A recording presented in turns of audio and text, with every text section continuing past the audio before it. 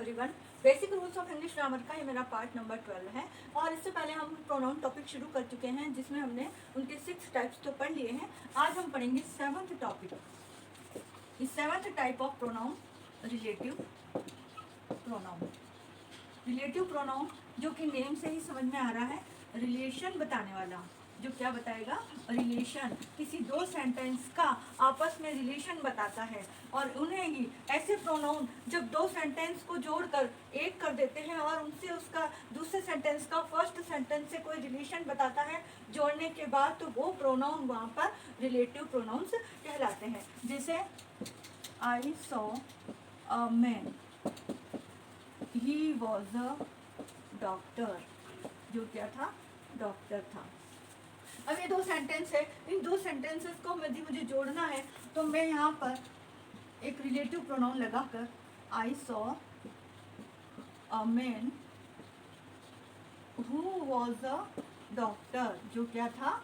एक डॉक्टर था। तो ही की जगह, क्योंकि ही भी तो इसी मेन के लिए कहा जा रहा है, तो ही की जगह मैंने क्या लगा दिया? हु लगा दिया। और ये हु जो कि मेन के लिए आया हुआ है, इसलिए यहाँ पर ये हु प्रोनाउन कहला रहा है। वैसे हु जो है वो एक इंट्रोगेटिव भी है, क्योंकि इंट्रोगेटिव सेंटेंसेस में हम क्या करते हैं? क्वेश्चन पूछते हैं, who are you, who is he, है ना? तो हु क्या है यहाँ पर इस सेंटेंस में वो एक प्रोनाउन की तरह एक्ट हो रहा है। और यही यू एक कंजक्शन की तरह भी एक्ट हो रहा है। यहाँ पर एक कंजक्शन भी शो कर रहा है। क्यों? क्योंकि हमने पढ़ा हुआ है कि जब दो सेंटेंस को आपस में जोड़ने वाले जो वर्ड्स होते हैं या जो जोड़ते हैं उन्हें हम कंजक्शन कहते हैं। लेकिन हम पढ़ रहे हैं रिलेटिव प्रोनाउन, तो प्रोनाउन में हम देख रहे हैं कि एक यहाँ पर जो हु है वो एक प्रोनाउन है और इस प्रोनाउन का एंटीसीडेंट क्या है? मैं आपको बता चुकी हूँ एंटीसीडेंट क्या होते हैं। वो प्रोनाउन जिनके जस्ट पहले उनके नाउन बैठे हुए हों या नाउन के बदले में जो प्रोनाउन यूज किए जाते हैं वो प्रोनाउन, वो नाउन उनके एंटीसीडेंट कहलाते हैं। जैसे अ मैन हु का एंटीसीडेंट है यहाँ पर, क्योंकि वो हु से पहले इस सेंटेंस में बैठा हुआ है। तो अ मैन की जगह हमने क्या यूज किया? यहाँ पर अ मैन के लिए हु यूज किया है और ये हु क्या बता रहा है? इसके लिए प्रोनाउन। तो यहाँ पर ये रिलेशन बता रहा है इस सेंटेंस का, इस सेंटेंस से या इस मैन का ये रिलेशन बता रहा है कि वो क्या था? एक डॉक्टर था। तो रिलेशन जो संबंध बताते हैं उन्हें हम क्या कहते हैं? प्रोनाउन कहते हैं। इसकी डेफिनेशन हम देख लेते हैं। The pronoun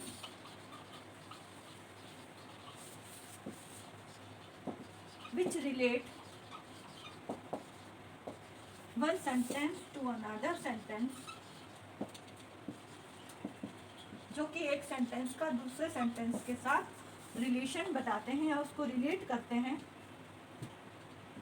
sentence to another sentence, एक सेंटेंस का दूसरे के साथ रिलेशन बताते हैं। उसी में ही वो प्रोनाउन उन दोनों को जोड़ने का भी काम करते हैं वहीं पर। सो these pronouns also work as conjunction, वो कंजक्शन की तरह भी वर्क करते हैं एज ए कंजक्शन, है ना? जैसे मैंने अभी आपको बताया। इसमें प्रोनाउन कौन कौन से होते हैं? ऐसे प्रोनाउन कौन कौन से हैं जो दो सेंटेंस का आपस में रिलेशन बताते हैं एक दूसरे के साथ और उन्हें जोड़ते हुए वो नाउन की तरह वहाँ पर यूज होते हैं, नाउन के बदले में यूज होते हैं। ऐसे प्रोनाउन कौन कौन से होते हैं? Who, whose, which, that and what, है ना? ये जो वो वर्ड्स हैं, ये वो प्रोनाउंस हैं जो एक सेंटेंस के एक पार्ट का दूसरे पार्ट से रिलेशन बताते हैं। जैसे मैंने आपको बताया आई saw a man who was a doctor. ठीक है। अब ये जो है पार्ट, वो तो है मेन पार्ट, ये मेन पार्ट है। इसे हम मेन क्लॉज भी कह सकते हैं। मेन क्लॉज क्या होते हैं? जिसमें सब्जेक्ट और वर्ब होती है उसे क्लॉज कहा जाता है। तो ये मेन क्लॉज है आई सॉ अ मैन, और ये क्या है?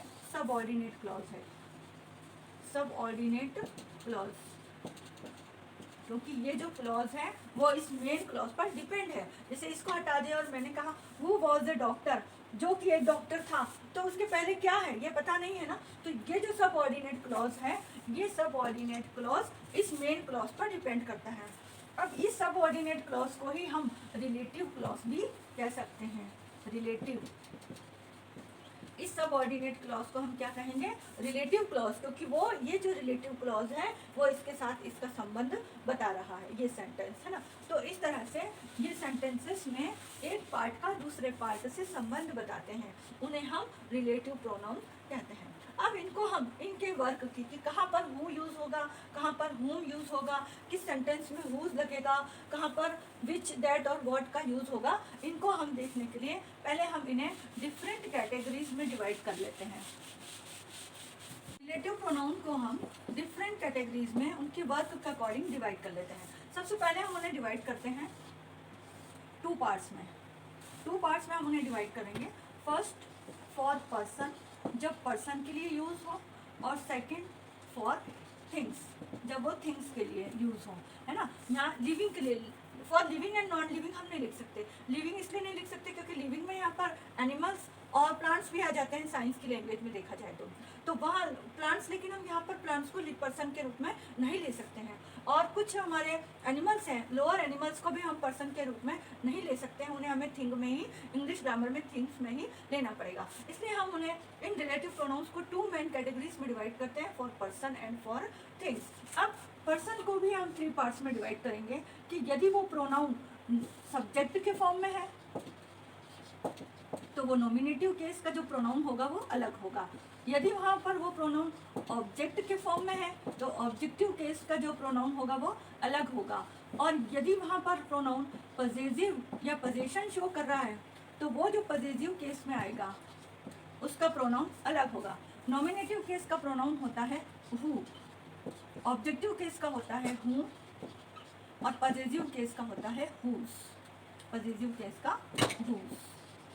ऐसे ही नॉन लिविंग थिंग्स को भी हम, या थिंग्स के लिए भी हम उन्हें थ्री पार्ट्स में डिवाइड करेंगे कि यदि कोई वस्तु की या ऑब्जेक्ट की बात कर रहे हैं हम, तो ऑब्जेक्ट यदि सब्जेक्ट के फॉर्म में है वहाँ पर तो उसके लिए यूज होगा विच। और यदि वो ऑब्जेक्ट या कोई नॉन लिविंग थिंग या कोई वस्तु या कोई सामान ऑब्जेक्ट के फॉर्म में है तो वो ऑब्जेक्टिव केस के लिए भी विच ही यूज करेंगे। ये सेम ही रहेगा उसके लिए। ऑब्जेक्ट के लिए यदि वो सब्जेक्ट के फॉर्म में है तब भी विच ही आएगा, और यदि वो ऑब्जेक्ट के फॉर्म में है तब भी विच ही आएगा। लेकिन यदि वो पोजीशन शो कर रहा है तो पॉजिटिव केस के लिए हम यहाँ पर ऑफ विच का यूज करेंगे। ऑफ विच का यूज करेंगे। ये जब मैं आपको एग्जांपल्स बताऊंगी तब और क्लियर हो जाएगा। ये थोड़ा सा आपको ध्यान रखना है। हु, हुम, हुज। अब क्या बचा हमारा दैट और वॉट, है ना। तो दैट जो है वो दैट पर्सन के लिए भी यूज होता है और थिंग्स के लिए भी यूज होता है, दोनों के लिए यूज होगा दैट। यदि हम उसे सब्जेक्ट के फॉर्म में लेना चाहें तो हु की जगह दैट भी लगा सकते हैं। हु की जगह यदि हम दैट लगाते हैं तो वो भी सही रहेगा, और हुम की जगह भी हम दैट ही लगा सकते हैं, ठीक है। लेकिन हुज की जगह दैट का यूज नहीं होता है। जनरली हम जैसे स्पोकन इंग्लिश में या राइटिंग में तो हम हु, हुम और हुज का ही यूज करेंगे, लेकिन कई जगह हमें दैट भी मिल सकता है और हम लगा भी सकते हैं दैट को भी। यहाँ पर हम सिर्फ हुज का ही यूज करेंगे, यहाँ पर हम दैट का यूज नहीं करेंगे। इसी तरह से नॉमिनेटिव केस में भी हम विच की जगह दैट का यूज कर सकते हैं।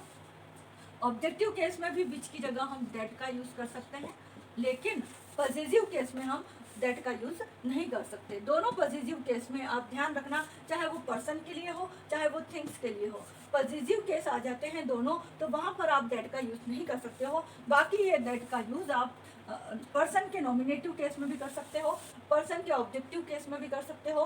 थिंग्स के नॉमिनेटिव केस में यदि सब्जेक्ट के फॉर्म में कोई वस्तु है तो वहाँ पर आप विच भी लगा सकते हो, दैट भी लगा सकते हो।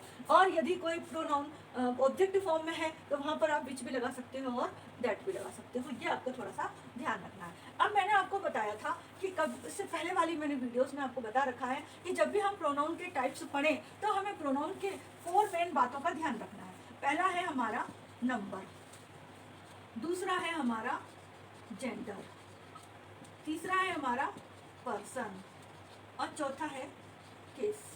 तो ये जो हमारे रिलेटिव प्रोनाउन हैं हु, हुम, हुज, विच, दैट, और एक और है हमारा व्हाट, इसको हम अलग कैटेगरी में लेंगे। व्हाट, ये हम जब हमारे पास ये तो सब एंटीसीडेंट के बाद आएंगे, यहाँ पर एंटीसीडेंट होंगे। व्हाट का यूज हम पूरे क्लॉज के लिए करेंगे, पूरे सेंटेंस के फर्स्ट पार्ट के लिए करेंगे, वहाँ पर एंटीसीडेंट नहीं होगा। ये मैं अभी आपको जब एग्जांपल्स बताऊंगी तब क्लियर हो जाएगा, है ना। तो ये जो नंबर, जेंडर, पर्सन और केस, ये 4 बातों का ध्यान रखना है। अब हुज का हम यूज कर रहे हैं तो वहाँ पर हमें नंबर नहीं देखना है। नंबर कैसे नहीं देखना है, नंबर क्या होते हैं, सिंगुलर और प्लूरल, इसके 2 टाइप्स हैं। जेंडर के हमने क्या देखे थे, 4 टाइप्स देखे थे, मैस्कुलिन, फेमिनिन, कॉमन और न्यूटर। पर्सन हमने 3 टाइप्स के देखे थे, first person, second person, third person. और केस हमने 4 टाइप्स के देखे हैं, जो कि nominative case, objective case, possessive case और वोकेटिव केस। ठीक है, नंबर से यहाँ पर कोई फर्क नहीं पड़ता। जब भी आप सेंटेंस में यदि रिलेटिव प्रोनाउन हु, हुम, हुज का यूज करते हैं तो चाहे वहाँ पर 1 पर्सन हो या 2 पर्सन हो, आपका हु का हुई आएगा। कैसे, ये हम एग्जांपल से लेते हैं। जैसे मैंने कहा, आई saw a man who was a doctor, जो क्या था, डॉक्टर था। अब यहाँ पर ये जो हु है वो अ मैन के लिए आया है। हु का एंटीसीडेंट क्या हुआ, यहाँ पर अ मैन है, तो यहाँ पर मैन कितना है, एक ही है, उसके लिए भी हु आया है। और यदि हम दूसरा एग्जांपल लेते हैं, I saw 3 men who were doctors। अब क्या हुआ, ये 3 men आ गए यहाँ पर, लेकिन उनके लिए भी क्या यूज हुआ, प्रोनाउन, रिलेटिव प्रोनाउन क्या रहा हमारा, हु का हु ही रहा। तो कहने का मतलब है कि नंबर पर डिपेंड नहीं करते हैं ये रिलेटिव प्रोनाउन। नंबर चाहे सिंगुलर हो चाहे प्लूरल हो, उनसे कोई फर्क नहीं पड़ता, चाहे आप हु का यूज करें, हुम का करें या हुज का करें या विच का करें, सब में नाउन, सिंगुलर सेंटेंस है, सिंगुलर नाउन है वहाँ पर तब भी यही यूज होंगे, प्लूरल प्लूरल नाउन है वहाँ पर तब भी हु, हुम, हुज ही रहेगा। ठीक है, ये समझ में आया। अब आ जाओ जेंडर। जेंडर तो हमें यहाँ पर देखना पड़ेगा, क्यों, क्योंकि पर्सन के लिए हम मैस्कुलिन या फेमिनिन या कॉमन जेंडर कुछ भी हो, इन तीनों में कोई डिफरेंस नहीं आएगा, लेकिन न्यूटर जेंडर हमारा यहाँ पर आएगा फॉर थिंग्स के लिए। यदि न्यूटर जेंडर है तो हमें विच का यूज करना है, और यदि मैस्कुलिन है, फेमिनिन है, कॉमन है तो हमें हु, हुम, हुज का यूज करना है। मतलब ये कहने का मतलब है कि मैस्कुलिन और फेमिनिन में तो कुछ भी हो, हु का हु ही रहेगा। जैसे आई saw a boy who was a student, तो हु ही रहा। आई saw a girl who was a student, तब भी हु ही रहा ना, चाहे गर्ल हो चाहे बॉय हो। और कॉमन हो कि आई सॉ अ दैट गर्ल ना, जो भी है, आई सॉ अ स्टूडेंट, मैंने एक स्टूडेंट को देखा, या आई सॉ अ पेशेंट, मैंने एक पेशेंट को देखा। तो पेशेंट क्या है, कॉमन जेंडर है, वो मैन भी हो सकता है और वुमेन भी हो सकती है, तो वहाँ पर हु का हु ही रहेगा, होम का होम ही रहेगा और हुज का हुज ही रहेगा। लेकिन न्यूटर जेंडर आ जाता है, कोई ऑब्जेक्ट, लाइफलेस आइटम या कोई नॉन लिविंग थिंग आ जाता है, तब हमारा ये चेंज हो जाता है, तब वहाँ पर हम हु, हुम, हुज का यूज नहीं कर सकते, तब हमें विच, विच या ऑफ विच का यूज करना होगा। ठीक है, अब पर्सन, पर्सन में हमने देखे थे first form, second form, third form. First form I और we, second you, third he, she it. यहाँ पर पर्सन से कोई फर्क नहीं पड़ेगा, चाहे वो यहाँ पर आई हो, जैसे मैंने लिखा I who am the teacher, मैं क्या हूँ यहाँ पर, आई, मैं जो कि एक टीचर हूँ, है ना। अब यहाँ पर आई हो, चाहे यहाँ लिख दो he who is a teacher, जो क्या है, एक टीचर है, तब भी हु का हु ही रहा। चाहे आप हु करो चाहे शी कर दो इसको, तो भी क्या रहेगा, हु का हु ही रहेगा। हु में, हु, हुम, हुज में कोई चेंज नहीं होगा। तो फर्स्ट पर्सन, सेकंड पर्सन और थर्ड पर्सन कुछ भी आ जाए, यहाँ किसी का नाम आ जाए, किसी का भी नाम आ जाए, जैसे कि Sheela who is a teacher. अब शीला एक नाम आ गया, थर्ड पर्सन है वो, दे, दे में भी आ सकते हैं, they who is a, they who are teachers, they आ जाता है तो भी हु का हु ही रहेगा, दे हु आर टीचर्स। कहने का मतलब ये है कि हु में कोई चेंज नहीं आएगा, हु, हु, हु, इनमें कोई चेंज नहीं आएगा। ठीक है, लेकिन केस, केस हमें देखना पड़ेगा। यदि नॉमिनेटिव केस है, कोई ऑब्जेक्ट, कोई नाउन या प्रोनाउन सब्जेक्ट का फॉर्म, सब्जेक्ट के फॉर्म में है किसी सेंटेंस में, तो वहाँ पर उसके लिए हु का यूज होगा। और यदि कोई प्रोनाउन ऑब्जेक्ट के फॉर्म में है तो हुम का यूज होगा। और यदि वो पॉजिटिव केस रखता है, किसी पर अपना पोजीशन शो करता है, तो हुज का यूज होगा। ये अपन और एग्जांपल से आपको मैं अच्छी तरह समझा दूंगी। अब यही हु, हुम, हुज इंट्रोगेटिव प्रोनाउन भी कहलाते हैं। तो इंट्रोगेटिव प्रोनाउन में भी हम इनको पढ़ेंगे। और देख लेते हैं हम कि यदि हमारे पास पेट एनिमल्स हैं और उन एनिमल्स से हमारा इतना अटैचमेंट है कि हम उन्हें एक पर्सन की तरह अपने घर में रखते हैं, पर्सन की तरह मानते हैं, उनका पर्सोनिफिकेशन करते हैं, तो उन पेट एनिमल्स के लिए भी हम हु, हुम, हुज का यूज़ कर सकते हैं। किसी सेंटेंस में यदि हमारे पास बहुत प्यारा डॉग है, हमारा बहुत प्यारी केट है या पैरट है जिसे हम बहुत चाहते हैं और उन्हें हम मतलब एक पर्सन की तरह रखते हैं अपने घर में, तो उसके लिए हम किसका यूज़ करेंगे?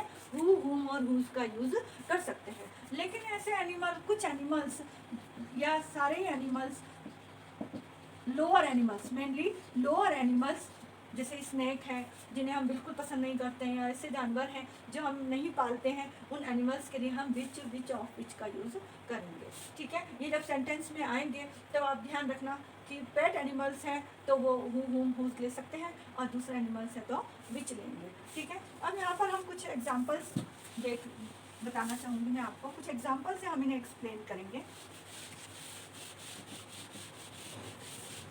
जैसे मैंने लिखा I have a son, I have a son,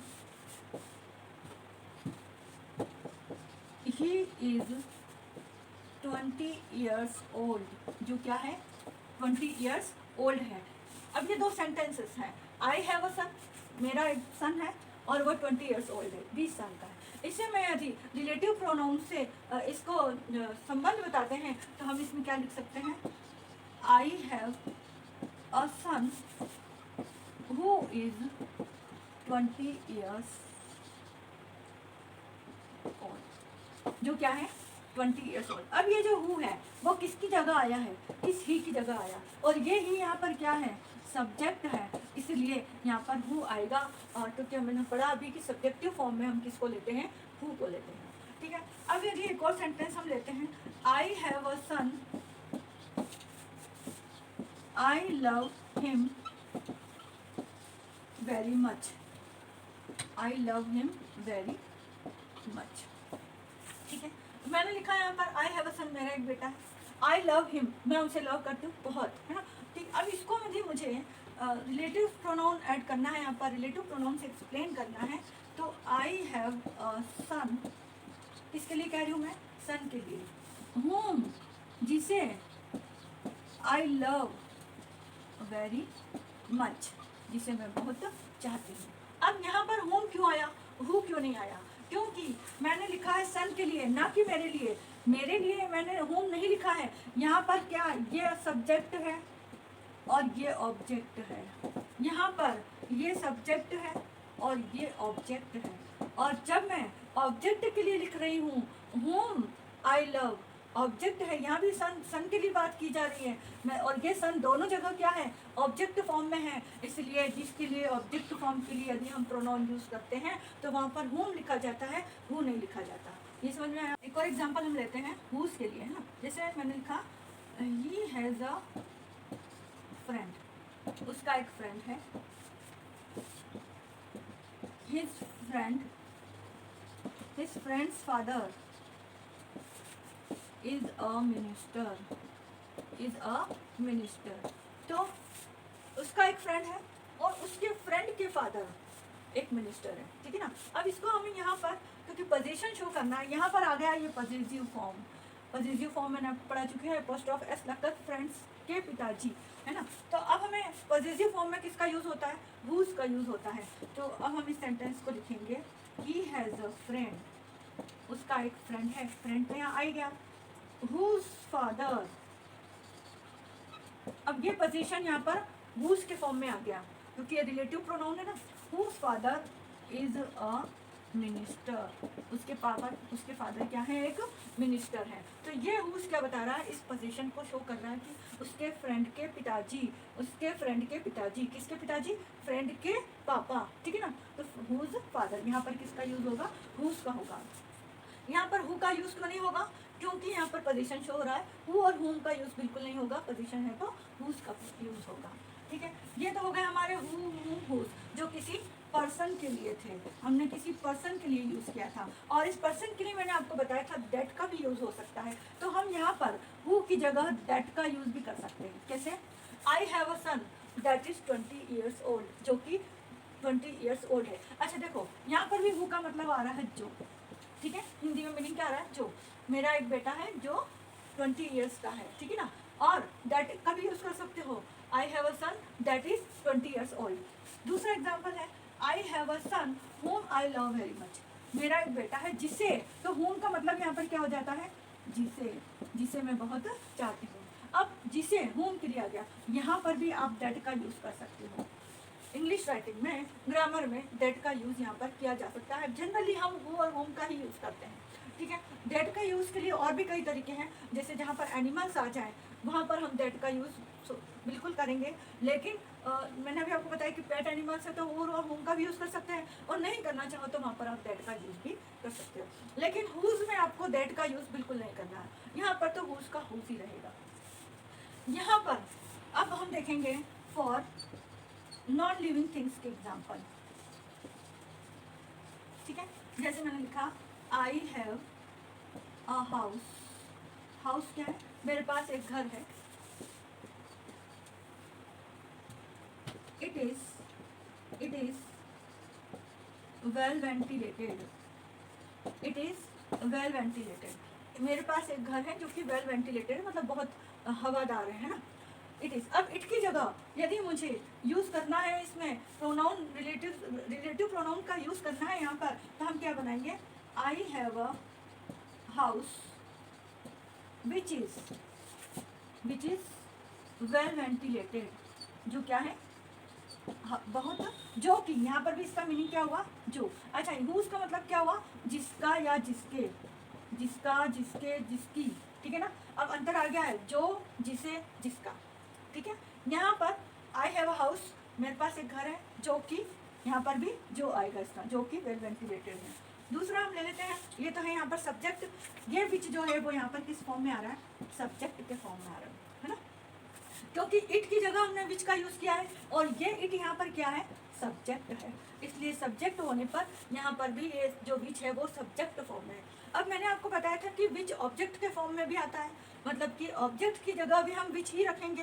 कोई नॉन लिविंग थिंग की यदि हम बात कर रहे हैं तो उसके लिए ऑब्जेक्ट के लिए भी हम क्या रखेंगे, विच ही रखेंगे। जैसे मैंने लिखा I have a house, I like it very much.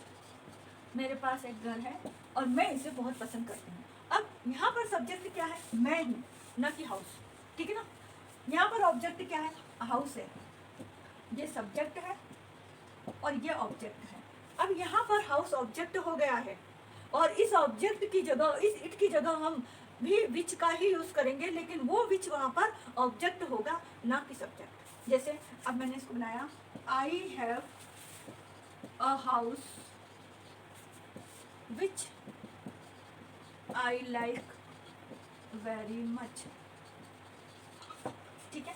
अब ये जो विच यहाँ पर आया है, ये विच यहाँ पर ऑब्जेक्ट है, और ये विच यहाँ पर सब्जेक्ट था, ये विच यहाँ पर ऑब्जेक्ट के फॉर्म में है। क्योंकि आपको यदि समझ में ना आए कि ये विच और ये विच सब्जेक्ट है या ऑब्जेक्ट है, तो आप इसी सेंटेंस को 2 पार्ट्स में ब्रेक कर लेना, आपको पता चल जाएगा कि जो हाउस इस सेंटेंस में आ रहा है वो सब्जेक्ट है या ऑब्जेक्ट है। यहाँ पर यही हाउस, इट किसके लिए लिखा है इस सेंटेंस में, हाउस के लिए लिखा है ना, तो ये इट यहाँ पर ऑब्जेक्ट है, तो ऑब्जेक्ट विच आया, विच आई लाइक वेरी मच, तो यहाँ पर ये क्या हो गया, ऑब्जेक्ट हो गया। यही विच यहाँ पर ऑब्जेक्ट हो गया। कहने का मतलब ये है कि यदि नॉन लिविंग थिंग के लिए जब हमें रिलेटिव प्रोनाउन का यूज करना पड़े तो हम विच का करेंगे, और वह विच सब्जेक्ट के फॉर्म में भी विच ही आएगा और ऑब्जेक्ट के फॉर्म में भी विच ही आएगा। जबकि पर्सन में सब्जेक्ट के फॉर्म में हु आ रहा था और ऑब्जेक्ट के फॉर्म में हुम आ रहा था। अब आ जाओ पजेसिव में, यहाँ पर पजेसिव फॉर्म हुज आ रहा है पर्सन के लिए, लेकिन यहाँ पर पजेसिव फॉर्म ऑफ विच आएगा। क्या आएगा, ऑफ विच। वो कैसे,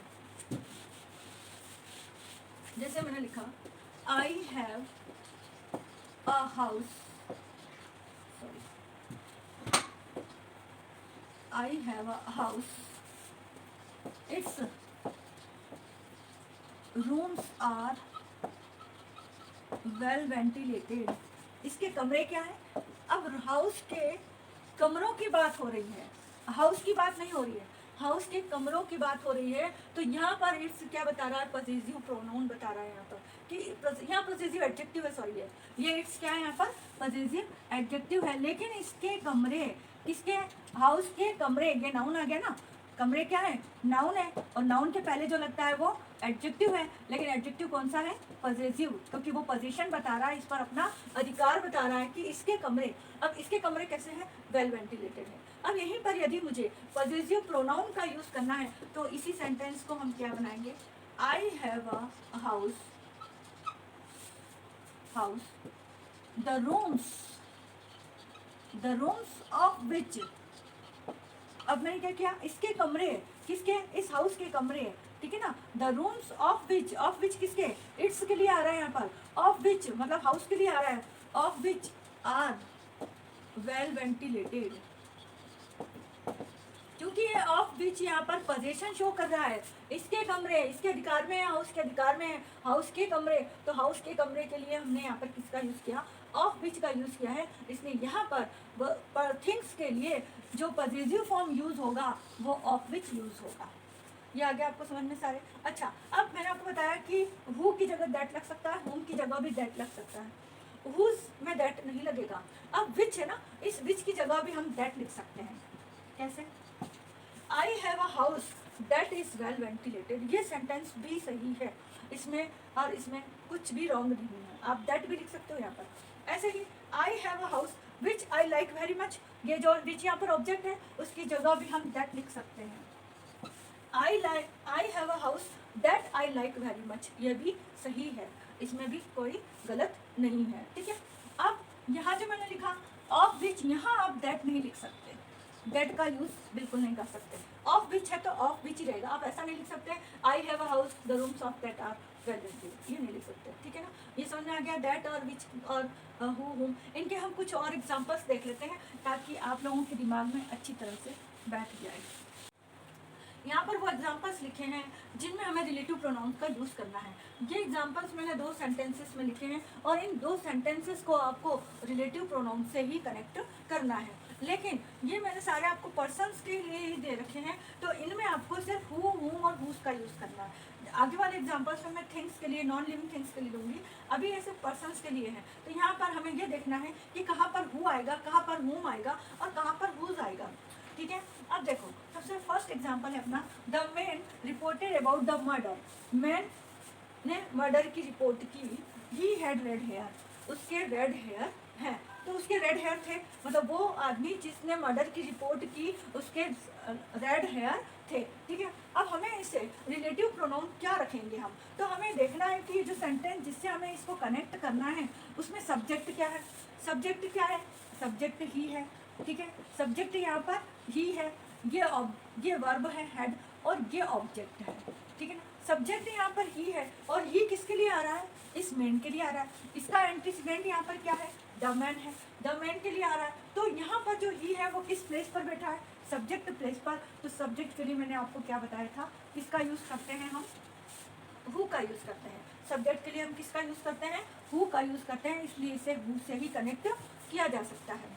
द मैन, अब देखो द मैन वह आदमी, अब मुझे बताना है, यदि हम थोड़ा सा देखें कि भाई हम इसको इजी वे में कैसे बता सकते हैं, जैसे हम किसी को कोई निशानी बताते हैं ना कि वो आदमी जिसके लाल बाल थे उसने ये रिपोर्ट की थी, है ना, तो हमने पहले क्या बताया, उसकी निशानी बताई है, फिर मर्डर की रिपोर्ट कहा, तो वह आदमी जिसके लाल बाल थे, तो हु हैड रेड हेयर, जिसके रेड हेयर थे, who had, the man who had red hair reported about the murder. अब आएगा कि उसने मर्डर की रिपोर्ट दी, रिपोर्टेड अबाउट द मर्डर, तो यहाँ पर क्या आएगा, हु आएगा।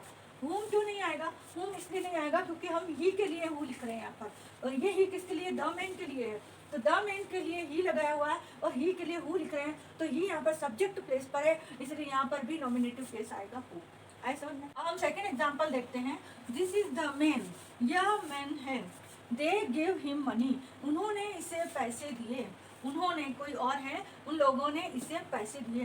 तो यहाँ पर ये द मैन के लिए कौन सा प्रोनाउन आया है, यहाँ पर दे तो आया नहीं होगा क्योंकि द मैन यहाँ तो सिंगल है और ये प्लूरल है, तो जरूर ये लोग कोई और है, और ये यहाँ पर सब्जेक्ट है, ये वर्ब है, ये ऑब्जेक्ट है, तो हिम इस मैन के लिए क्या आया है, यहाँ पर हिम आया है, और हिम यहाँ पर कौन सी प्लेस पर बैठा है, ऑब्जेक्ट प्लेस पर बैठा है। तो अब हिम के लिए हम क्या यूज करेंगे, इस मैन के लिए हम क्या यूज करेंगे, क्योंकि ये जो हिम, इसे हमें एक रिलेटिव प्रोनाउन से इसे हमें कनेक्ट करना है। तो द मैन के लिए यहाँ पर हिम है, और हिम यहाँ पर ऑब्जेक्ट प्लेस पर बैठा है, तो ऑब्जेक्ट के लिए की वजह से हम यहाँ पर होम का यूज करेंगे। अब देखो हम इसे कैसे कनेक्ट करेंगे। दिस इज द मैन, यह वह मैन है, होम जिसको, होम दे गेव मनी। अब ये होम यहाँ आ गया ना उठ करके ऑब्जेक्ट वाला, इसलिए अब इसे हम वापस थोड़ी ना लिखेंगे यहाँ पर। होम दे गेव मनी, जिसको, जिसको, जिसका, जिसकी, जिसको आ जाए तो उसका मतलब होता है होम, या होम का मतलब होता है जिसका, जिसको, जिसको दे गेव मनी, उन्होंने पैसे दिए। ठीक है ना। तो यहाँ पर होम क्यों आया, यहाँ हूँ क्यों नहीं आया, क्योंकि हूँ तो कोई और है, यहाँ पर सब्जेक्ट तो कोई और है, जबकि ये मैन यहाँ इस सेंटेंस में कहाँ बैठा है, ऑब्जेक्ट प्लेस पर बैठा है, इसलिए ऑब्जेक्ट के लिए यहाँ पर होम आया। अब देखो third example, my friend is worried, मेरी फ्रेंड क्या है, बहुत ही ज़्यादा चिंतित है। हर चेकबुक हैज़ लॉस्ट, उसकी चेकबुक खो चुकी है। अब देखो माई फ्रेंड के लिए तो आ रहा है हर, ठीक है ना, मेरी फ्रेंड बहुत चिंतित है, उसकी चेकबुक खो चुकी है, ठीक है। लेकिन एक चीज़ और देखना पड़ेगा हमें, हर आ गया और हमने मान लिया सब्जेक्ट है, लेकिन यहाँ पर एक पोजीशन आ रहा है, वो क्या है, एक नाउन आ गया है यहाँ पर, और इस नाउन का एक सब्जेक्ट जो है वो जब पोजीशन आ जाए, क्योंकि पोजीशन जैसे ही आता है यहाँ पर, वैसे ही हम किसका यूज़ करेंगे, पॉजिटिव प्रोनाउन का यूज़ करेंगे। उसकी चेकबुक खो चुकी है, तो यहाँ पर हमें चेकबुक को मेंशन करना ही पड़ेगा, लेकिन वो चेकबुक किसकी है, इस फ्रेंड की है, तो उस फ्रेंड के लिए यहाँ पर पोजीशन शो करने के लिए हमें हुज का यूज़ करना होगा, और हुज चाहे हर हो चाहे हीज हो, हुज का हुज ही रहेगा। तो अब हम लिखेंगे इसका, माई फ्रेंड इज वरीड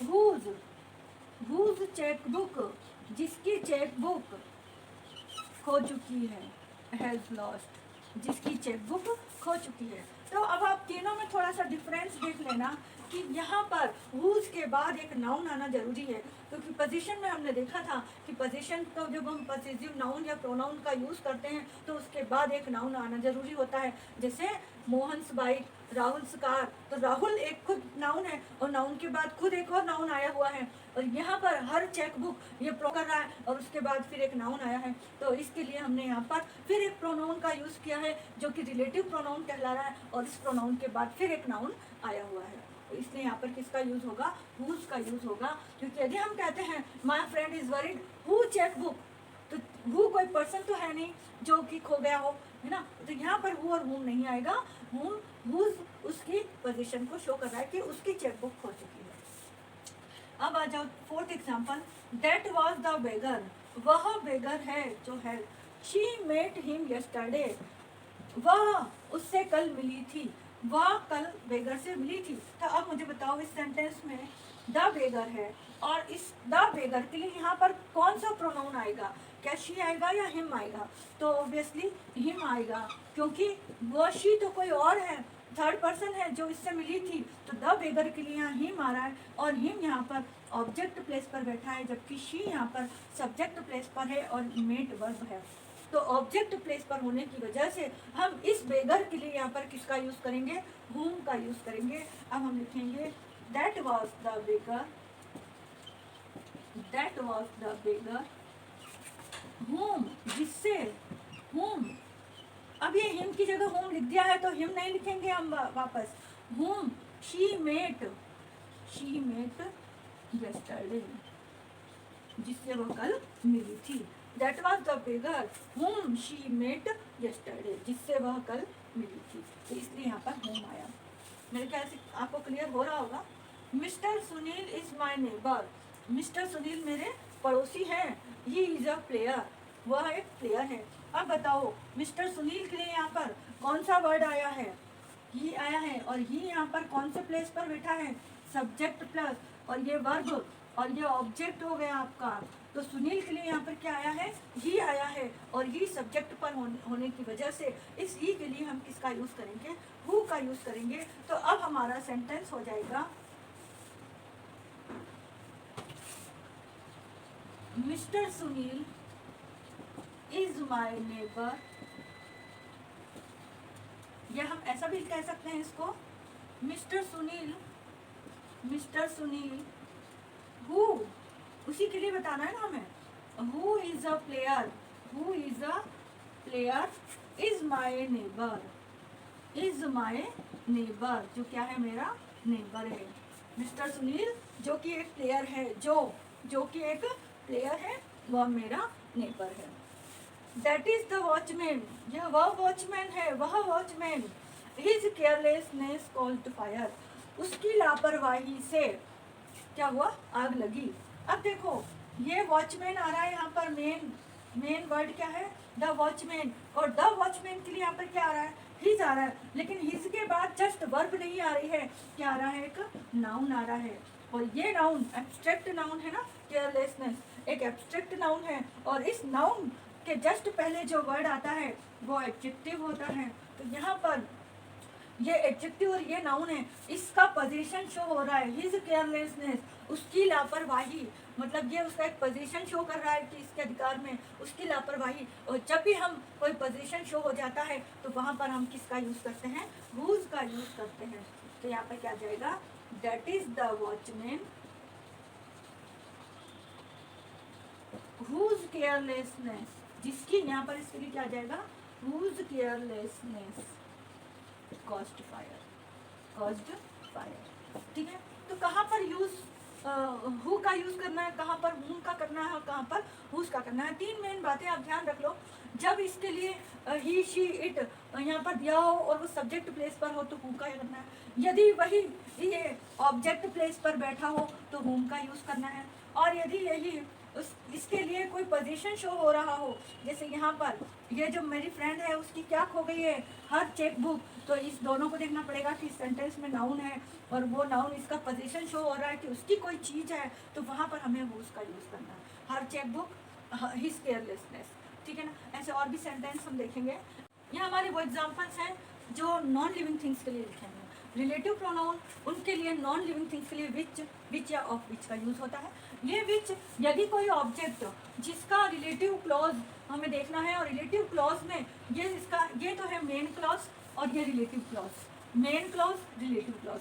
इस रिलेटिव क्लॉज में हमें रिलेटिव प्रोनाउन का यूज़ करना है, और इस रिलेटिव क्लॉज में यदि जिस ऑब्जेक्ट की बात हमने की है वो यदि सब्जेक्ट प्लेस पर है तो वहाँ पर विच का यूज़ होगा, और यदि वो ऑब्जेक्ट प्लेस पर है तो वहाँ भी विच का यूज़ ही होगा।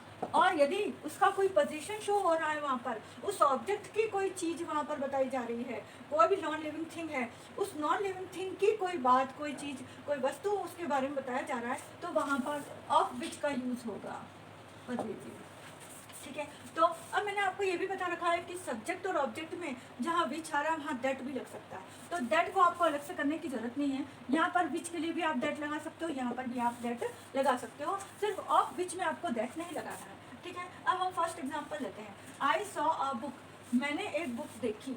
It was written by Shakespeare, वह शेक्सपियर के द्वारा लिखी गई थी। अब ये तो है हमारा मेन क्लॉज जिसमें एक सब्जेक्ट एक वर्ब, ये है हमारा सबऑर्डिनेट क्लॉज जिसमें एक सब्जेक्ट एक वर्ब है, और इस सबऑर्डिनेट क्लॉज को हम रिलेटिव क्लॉज भी कह सकते हैं, क्योंकि अभी हम यहाँ पर रिलेटिव प्रोनाउन का यूज़ करने जा रहे हैं, इन तीनों में से कोई एक, और वो रिलेटिव प्रोनाउन इसके अकॉर्डिंग आएगा कि ये बात किसकी हो रही है, वो बात किसकी हो रही है, आ बुक की। और ये आ बुक इस सेंटेंस में कहाँ किस प्लेस पर बैठा है, सब्जेक्ट प्लेस पर बैठा है। इट वॉज, ये जो आ बुक है इसका एंटीसीडेंट आ बुक है, और इसके लिए प्रोनाउन इट है, और ये इट इस सेंटेंस में सब्जेक्ट प्लेस पर बैठा है, तो सब्जेक्ट प्लेस पर होने की वजह से हम यहाँ पर किसका यूज़ करेंगे, विच का यूज़ करेंगे। अब हमारा सेंटेंस क्या हो जाएगा, आई सॉ अ बुक विच, इसके लिए मैंने लिखा है which was written by Shakespeare, जो किसके द्वारा लिखी गई, शेक्सपियर के द्वारा। ठीक है, अब यहाँ जाओ, do you like this dress, क्या तुम ये ड्रेस पसंद करते हो। I bought this dress yesterday, मैंने यह ड्रेस कल खरीदी। अब बताओ इस सेंटेंस में मेन वर्ड क्या है, मेन नाउन क्या है, ड्रेस है, और ये ड्रेस इस सेंटेंस में कहाँ पर आ रही है, ऑब्जेक्ट प्लेस पर आ रही है, क्योंकि आई पर, सब्जेक्ट प्लेस पर तो आई बैठा हुआ है, ये वर्ब है और ये ऑब्जेक्ट है। अब ये ड्रेस, ये दिस ड्रेस और ये दिस ड्रेस, इसका यहाँ दिस ड्रेस की जगह में इट भी लिख सकती थी। आई बॉट इट यस्टरडे, यदि मैं यहाँ इट लिखती तो इसका एंटीसीडेंट भी दिस ड्रेस ही होता और दिस ड्रेस का भी दिस ड्रेस ही है। तो यह दिस ड्रेस मैंने आपको समझाने के लिए लिखी है कि ये दिस ड्रेस किसके लिए आया, इसके लिए आया ना, और ये ऑब्जेक्ट प्लेस पर बैठा है। तो यहाँ पर हम फिर किसका यूज़ करेंगे, विच का ही यूज़ करेंगे, क्योंकि विच दोनों में सेम ही होता है सब्जेक्ट हो। पर यहाँ पर जो विच आएगा वो ऑब्जेक्टिव केस माना जाएगा और यहाँ पर जो विच आ रहा है वो नॉमिनेटिव केस आ रहा है। ठीक है, तो अब हम लिखेंगे इसको, do you like this dress, क्या तुम इस ड्रेस को पसंद करते हो।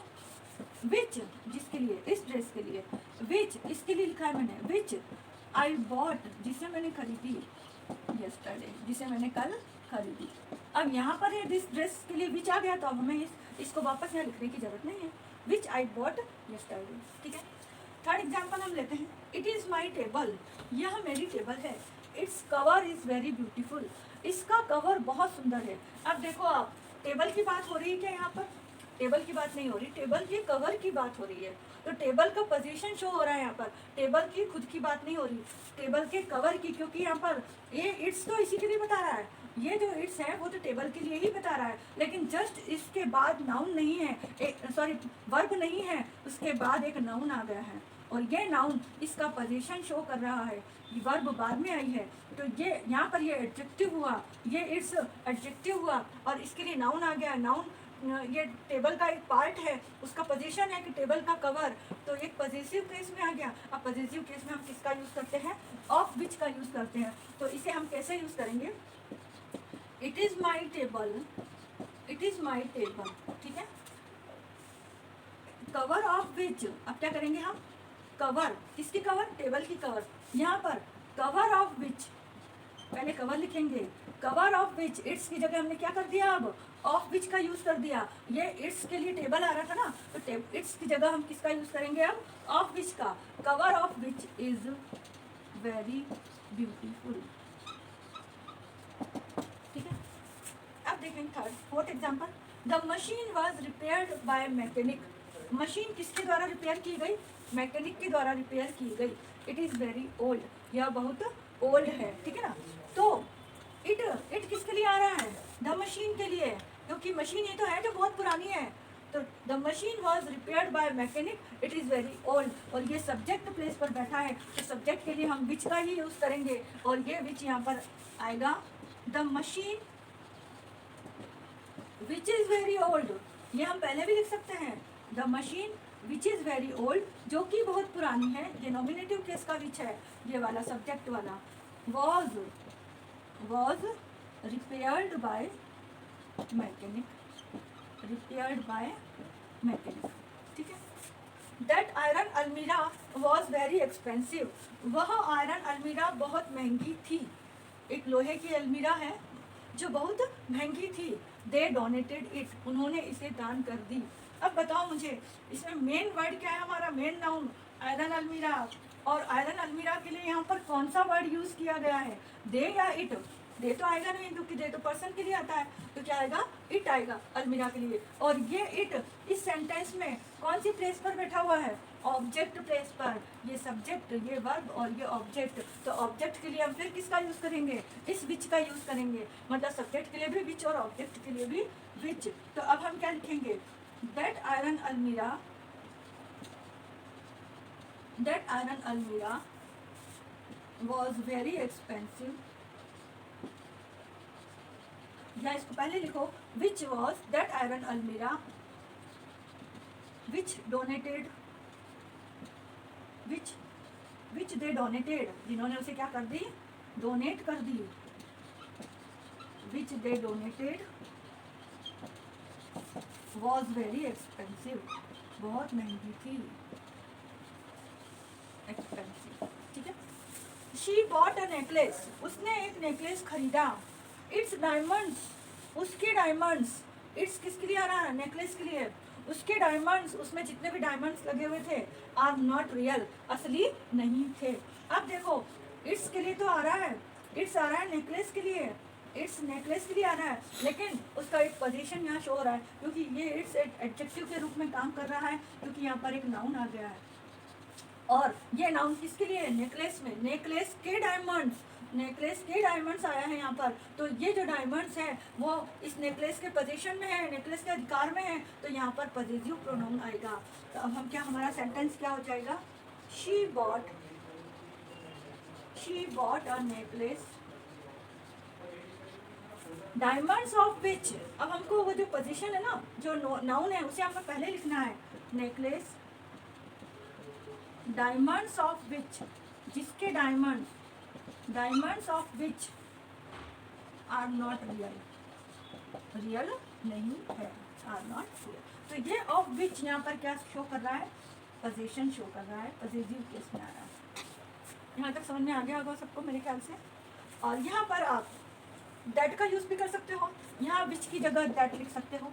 तो हमारा सेंटेंस ये भी हो सकता है, I saw a book that was written by Shakespeare. यहाँ भी आप दैट लिख सकते हो।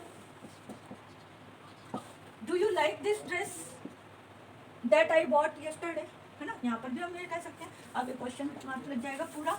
Do you like this dress that I bought yesterday, जिसे मैंने कल खरीदी। It is my table cover, अब ऑफ विच है ना, कवर ऑफ विच, तो ऑफ विच की जगह दैट नहीं आएगा। The machine which is very old, तो हम यहाँ लिख सकते हैं the machine that is very old was repaired bye mechanic. That अलमीरा, दैट आयरन अलमीरा, that they do not donated. अब दैट यहाँ भी है तो यहाँ भी आ सकता है, कोई दिक्कत नहीं है। ये दैट तो उसको डिमोन्स्ट्रेटिव प्रोनाउन है, सॉरी एडजेक्टिव है यहाँ पर दैट, क्योंकि आयरन अलमीरा नाउन आ गया ना। यहाँ पर नाउन से पहले जो वर्ड आते हैं वो एडजेक्टिव होते हैं, तो ये डिमोन्स्ट्रेटिव एडजेक्टिव है। दैट आयरन अलमीरा, दैट दे डोनेटेड, अब यहाँ पर ये दैट रिलेटिव प्रोनाउन है, जो उन्होंने डोनेट कर दी was very expensive. She bought a necklace, उसने एक नेकलेस खरीदा। डायमंड्स ऑफ विच, यहाँ पर दैट नहीं आएगा, diamonds of which are not real, उनके डायमंड्स रियल नहीं थे। तो ये तो हो गए आपके use of who, whom, whose, which, और ये ऑब्जेक्टिव का विच और वो पॉजिटिव ऑफ विच। ठीक है, अब हम आगे देखेंगे यूज ऑफ व्हाट। अब हम पढ़ेंगे हमारा next pronoun what, relative pronoun what. वैसे जो व्हाट है ये क्वेश्चन इंट्रोगेटिव सेंटेंस में भी आता है, लेकिन एक इसका यूज यहाँ भी है जो कि रिलेटिव प्रोनाउन शो करता है। एक ये अभी एक्सक्लेमेटरी प्रोनाउन में भी इसका यूज होगा, है ना। रिलेटिव प्रोनाउन में हम देखते हैं इसका यूज कैसे होता है। देखो, जैसे मैंने आपको बताया था कि दो सेंटेंस होते हैं, एक तो होता है मेन क्लॉज और दूसरा होता है सबऑर्डिनेट क्लॉज, है ना। जैसे मैंने कहा आई हैव कुक्ड, ठीक है, और दूसरा मैंने लिखा यू लाइक। ठीक, अब इस सेंटेंस में मैंने दो सेंटेंस हैं, इनमें रिलेटिव प्रोनाउन को कनेक्ट करते हुए मैं इसे एक सेंटेंस बना सकती हूँ। ठीक है ना, जैसे I have cooked which you like, और एक में लिखूंगी I have cooked what you like. इन दोनों में क्या डिफरेंस है? क्या ये दोनों सही है? अब इसमें ये विच तो रॉन्ग होगा। वो रॉन्ग इसलिए होगा क्योंकि कुक्ड के बाद या इसका एंटीसीडेंट आना जरूरी है। आई हैव कुक्ड, क्या मैंने क्या कुक किया है जो तुम पसंद करते हो, मैंने यहाँ पर क्या बनाया है। मान लो मैंने लिखा यहाँ पर पिज़्ज़ा, ठीक है, I have cooked pizza which you like, तब तो ये सेंटेंस क्या हो जाता है, सही हो जाता है, क्योंकि पिज़्ज़ा इसका एंटीसीडेंट यहाँ पर बैठा हुआ है पिज़्ज़ा। ठीक, लेकिन यहाँ पर जब एंटीसीडेंट नहीं होता है तो वहाँ पर आपको व्हाट का यूज़ करना है, वहाँ पर आप विच का यूज़ नहीं कर सकते। I have cooked what you like, तुम जो कुछ भी पसंद करते हो मैंने बना चुकी हूँ। तो जब हमारे पास एंटीसीडेंट नहीं दे रखा हो तब हम व्हाट का यूज़ करते हैं, और जब हमारे पास एंटीसीडेंट दे रखा हो तब हम विच का यूज़ करते हैं। ठीक है, बस यही डिफरेंस है व्हाट में और विच में। विच भी नॉन लिविंग थिंग्स के लिए आएगा, व्हाट भी नॉन लिविंग थिंग्स के लिए आएगा, लेकिन वो दिया नहीं होगा, है ना। जैसे I have done what you said, मैंने वो कर चुकी हूँ जो तुमने कहा। I have done what you said, जो तुमने मुझे कहा, जो तुमने कहा। I have done what you said, मैंने वो किया, मैं कर चुकी हूँ जो तुमने ना। आई डिड, ये भी लिख सकते हैं, I did what you said, जो तुमने मुझे कहा वो मैंने किया, व्हाट आई डिड। अब क्या किया ये पता नहीं है, तो जब वहाँ पर एंटीसीडेंट नहीं दे रखा हो, वो वर्क नहीं दे रखा हो, तब तो आप व्हाट का यूज करेंगे। लेकिन यदि मैंने यहाँ लिख दूँ I did my work which you said, अब यहाँ पर क्या आएगा, विच आएगा, क्योंकि इसका एंटीसीडेंट क्या दे रखा है, वर्क दे रखा है। तब यहाँ पर व्हाट नहीं आएगा। आगे समझ में आपको? विच कब आएगा, जब एंटीसीडेंट दिया हो, और एंटीसीडेंट नहीं दिया हो, जब हमें पता नहीं चल रहा हो क्या कहा, क्या किया, क्या वर्क किया, क्या कुक किया है, तब वहाँ पर व्हाट का यूज आएगा। अब इसके कुछ और एग्जाम्पल्स हम देख लेते हैं। देखेंगे रिलेटिव प्रोनाउन व्हाट के कुछ एग्जाम्पल्स। अब जैसे लिखा शी प्रिपेयर्ड, ही टोल्ड, उसने प्रिपेयर किया, जो उसने बोला। अब यहाँ पर क्या प्रिपेयर किया, उसने क्या कहा, ये नहीं दे रखा, क्लियर नहीं दिया, उसने वो सब प्रिपेयर कर दिया जो उसने बोला, इसका मतलब ये है। तो she prepared what he told, ये क्या बन जाएगा, जब हम इसे रिलेटिव प्रोनाउन से कनेक्ट करेंगे तो ये हो जाएगा she prepared what he told, जो भी उसने बताया वो सब उसने तैयार किया। ही मैनेज्ड, ही गाइडेड, उसने मैनेज किया, ये ही कोई और, यहाँ की जगह हम चलो वी लिख लेते हैं, है ना। ही मैनेज्ड, उसने मैनेज किया, वी गाइडेड, हमने गाइड किया, जो हमने गाइड किया वही उसने मैनेज किया। अब हमने क्या गाइड किया, उसने क्या मैनेज किया, ये पता नहीं है, मतलब इस गाइडेड का यहाँ पर कोई एंटीसीडेंट नहीं है कि क्या मैनेज हुआ है और क्या गाइड किया है, तो लेकिन इसका मीनिंग ये निकलता है कि उसने वो सब कुछ मैनेज किया जो हमने उसे गाइड किया। तो उसके लिए हम लिखेंगे ही मैनेज्ड व्हाट वी गाइडेड, जो भी हमने उसे गाइड किया था, व्हाट वी गाइडेड, जो भी हमने उसे गाइड किया था वो उसने सब मैनेज किया। आई सॉ यू डिड, मैंने देखा तुमने किया, मैंने देखा तुमने किया। अब यहाँ पर मैंने क्या देखा, उसने क्या किया, इसका कुछ पता नहीं, मतलब इनका एंटीसीडेंट यहाँ पर नहीं है हमें, तो इसके लिए इसका मीनिंग ये निकलता है कि मैंने वो सब देखा जो तुमने किया, मैंने वो सब देखा कि तुमने किया, या तुमने जो कुछ भी किया वो मैंने देखा। तो यहाँ पर ये हो जाएगा I saw what you did, मैंने वो सब देखा, या जो तुमने किया, या तुमने जो कुछ भी किया वो मैंने सब देखा। इसका मतलब ये है, यहाँ पर विच नहीं आएगा। क्यों नहीं आएगा विच, क्योंकि यहाँ पर विच जब आता, जब वो आई सॉ कुछ करते हुए देखा हुआ होता, उसके लिए विच आता। जब यहाँ पर कुछ है ही नहीं, क्या किया नहीं पता चल रहा है, तो वहाँ पर व्हाट का यूज़ करेंगे। That astonished us we saw, उसने हमें आश्चर्यचकित किया, हमने देखा, मीन्स हमने जो कुछ भी देखा उसने हमें आश्चर्यचकित किया। तो यहाँ पर क्या लगेगा, क्योंकि ये पता नहीं ना कि हमने क्या देखा और हम किससे आश्चर्यचकित हुए, ये चीज़ का पता नहीं है यहाँ पर, तो इसलिए यहाँ पर किसका यूज़ होगा, व्हाट का यूज़ होगा। That astonished us what we saw, हमने जो कुछ भी देखा उसने हमें आश्चर्यचकित किया। Made me cry she said, मुझे रुलाया उसने कहा। अब यहाँ पर इसका मतलब ये हुआ कि उसने जो कुछ भी कहा, जो बातें उसने कही, उस बातों ने मुझे रुलाया, तो उन बातों ने मुझे रुलाया। Made me cry what she said, उसने जो कुछ भी कहा उसने मुझे रुलाया। We can not give you, हम तुम्हें नहीं दे सकते, यू नीड, जो तुम्हारी ज़रूरत है। अब जो के लिए यहाँ पर क्या आएगा, व्हाट, क्योंकि यहाँ पर हमें पता नहीं है कि हम क्या नहीं दे सकते, और यहाँ पर लिखा हुआ नहीं है कि उसको किसकी ज़रूरत है, इस सेंटेंस में नहीं दे रखा है, तो इसीलिए हम यहाँ पर ये कहेंगे वी कैन नॉट